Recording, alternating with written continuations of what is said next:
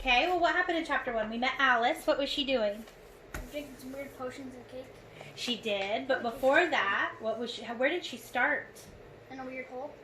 She fell down a hole. Max, do you remember where she was before she fell down the hole? I don't know, maybe home or something? Seemed like maybe she was close to home. She was outside. She was under a tree. She was bored. She was bored. It was hot outside. She was getting sleepy, and all of a sudden she saw, what did she see? A bunny with a watch? A rabbit. He had a watch and a waistcoat. Do you know what that is? It's kind of like a vest. And in his pocket, he had a watch. And what was he so concerned about? Tea? No. Oh, Neil's here. He was concerned that he was going to be late. And she thought that that was strange, and she decided to follow him. So, yes, she fell down a hole. And then she went down kind of a hallway. Yeah.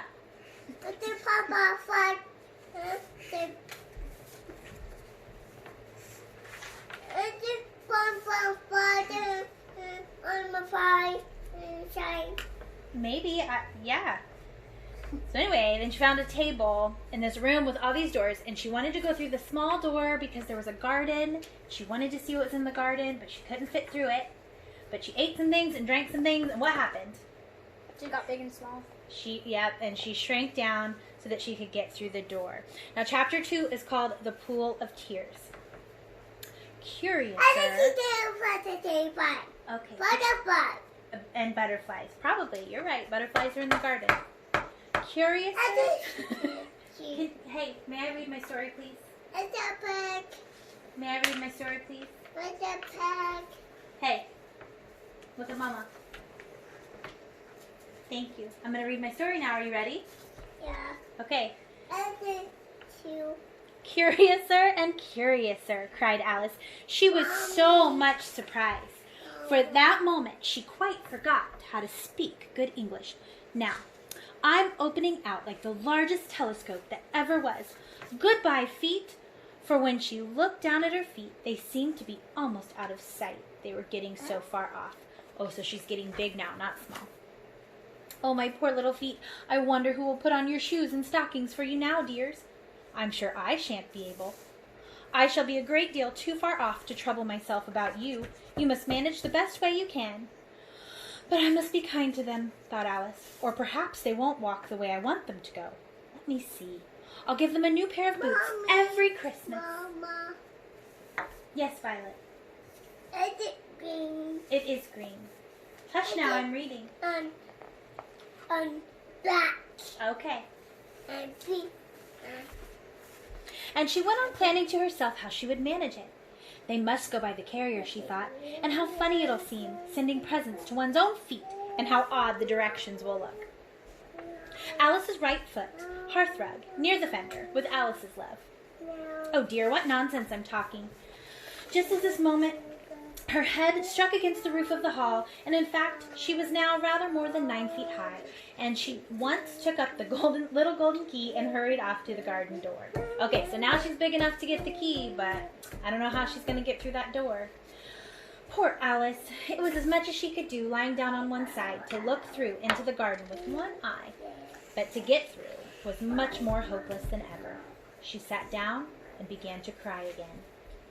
You ought to be ashamed of yourself, said Alice, a great girl like you, and she might well say this, to go on crying this way. Stop this moment, I tell you. But she went on all the same, shedding gallons of tears, until there was a large pool all around her, about 4 inches deep and reaching half down the hall. After a time, she heard a little pattering of feet in the distance, and she hastily dried her eyes to see what was coming. It was the White Rabbit returning, splendidly dressed, with a pair of white kid gloves in one hand and a large fan in the other. He came trotting along in a great hurry, muttering to himself as he came, Oh, the Duchess, oh, won't she be savage if I've kept her waiting? Alice felt so desperate that she was ready to ask help of anyone, so when the rabbit came near her, she began, in a low, timid voice, If you please, sir. The rabbit started violently, dropped the white kid gloves and the fan, scurried away into the darkness as hard as he could go. Alice took up the fan and gloves, and as the hall was very hot, she kept fanning herself all the time she went on talking. Dear, dear, how queer everything is today, and yesterday things went on just as usual. I wonder if I've been changed in the night. Let me think. Was I the same when I got up this morning? You have enough. I almost think I can remember feeling a little different. But if I'm not the same, the next question is, who in the world am I? My pee. Okay, good job. You want another piece of paper? No, my one. Okay. But if I'm not the same, the next question is, who in the world am I? Oh, that's the great puzzle. And she began thinking over all the children she knew that were the same age as herself, to see if she could have been changed for any of them. I'm sure I'm not Ada, she said, for her hair goes in such long ringlets, and mine doesn't go in ringlets at all. And I'm sure I can't be Mabel, for I know all sorts of things, and she knows such a very little. Besides, she's she, and I'm I, and, oh dear, how puzzling it all is. I'll try if I know all the things I used to know. Let me see. 4 times 5 is 12, and 4 times 12 is 13, and 4 times 7 is... oh dear, I shall never get to 20 at that rate.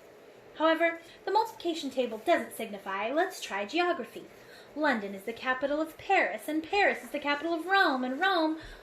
No, that's all wrong, I'm certain. I must have been changed for Mabel. I'll try and say, how doth the little... That's a poem. And she crossed her hands in her lap as if she were at her lessons and began to repeat it. But her voice sounded hoarse and strange, and the words didn't come out as they used to. How doth the little crocodile improve his shining tail and pour the waters of the Nile on every golden scale? How cheerfully he seems to grin, how neatly spread his claws, and welcome little fishies in with gently smiling jaws. Oh, I'm sure those are not the right words, said poor Alice, and her eyes filled with tears again as she went on. I must be Mabel after all, and I shall have to go and live in that poky little house and have next to no toys to play with, and oh, ever so many lessons to learn. Nope, I've made up my mind about it. If I'm Mabel, I'll stay down here. It'll be no use putting our heads down and saying, "Come up again, dear." I shall only look up and say, "Who am I then? Tell me that first, then, and if I like being that person, I'll come up. If not, I'll stay down here until I'm somebody else. But, oh dear," cried Alice with a sudden burst of tears, "I do wish they would put their heads down. I'm so very tired of being all alone here."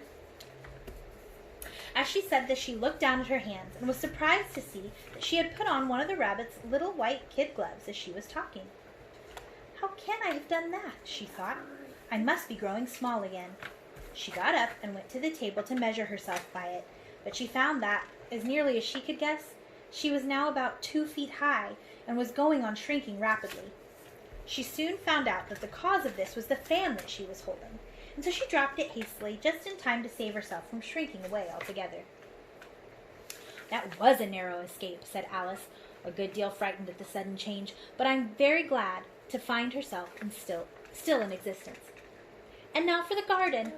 She ran with all her speed back to the little door, but, alas, the little door was shut again, and the little golden key was lying on the glass table as before.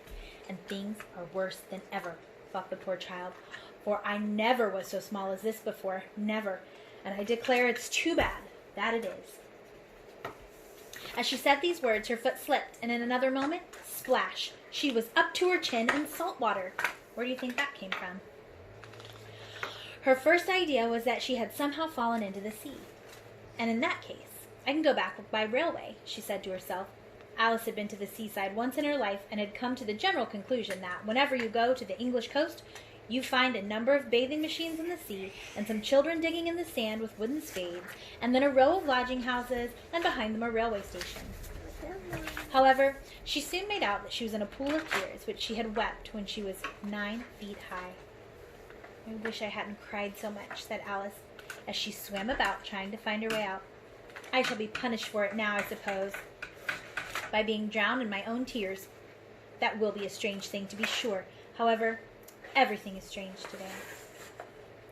Just then she heard something splashing about in the pool a little way off, and she swam nearer to make out what it was. At first, she thought it must be a walrus or a hippopotamus, but then she remembered how small she was now, and she soon made out that it was only a mouse, and that he had slipped in, like herself. Would it be of any use now, thought Alice, to speak to this mouse?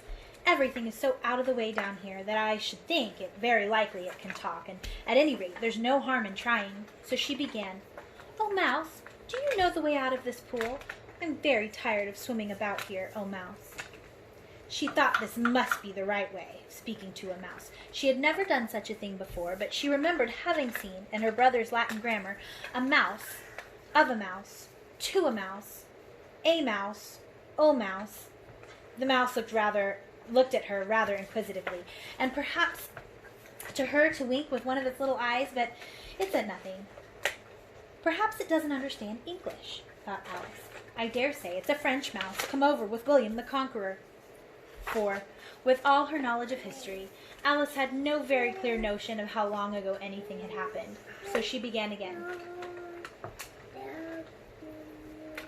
"Oh, est ma chat?" which was the first sentence in her French lesson book. The mouse gave a sudden leap out of the water, and it seemed to quiver all over with fright. "Oh, I beg your pardon," cried Alice hastily, afraid that she had hurt the poor animal's feelings. "I forgot that you didn't like cats." "Not like cats," cried the mouse in a shrill, passionate voice. "Would you like cats if you were me?" "Well, perhaps not," said Alice in a soothing tone. "Don't be angry about it. And yet, I wish I could show you our cat Dinah. You'd take a fancy to cats if you could only see her. She's such a dear, quiet thing," Alice went on, half to herself, as she swam lazily about in the pool. "And she sits purring so nicely by the fire, licking her paws and washing her face. And she's such a nice, soft thing. And she's such a capital one for catching mice. Oh, I beg your pardon," cried Alice again, for this time the mouse was bristling all over, and she felt certain it must really be offended.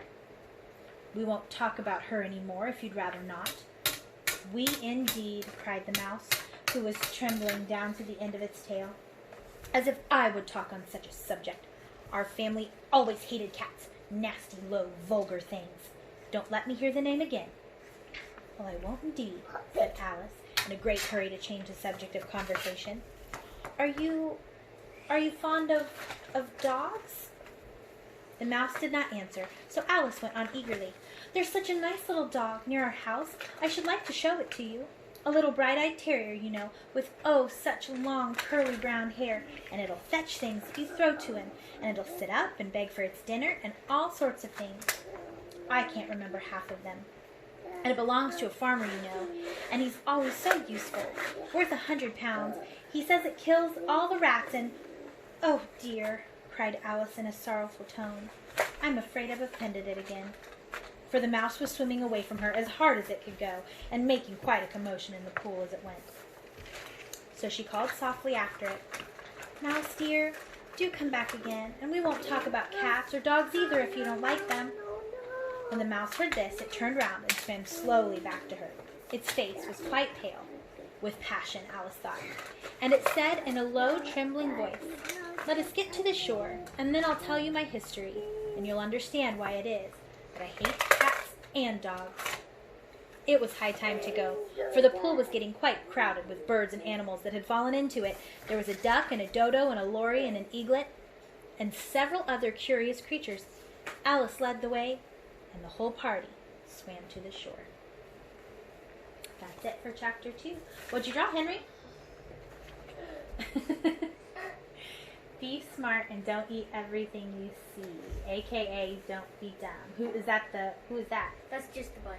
Oh, that's the bunny. Is this Alice? Yeah. She looks confused. And you should not eat this.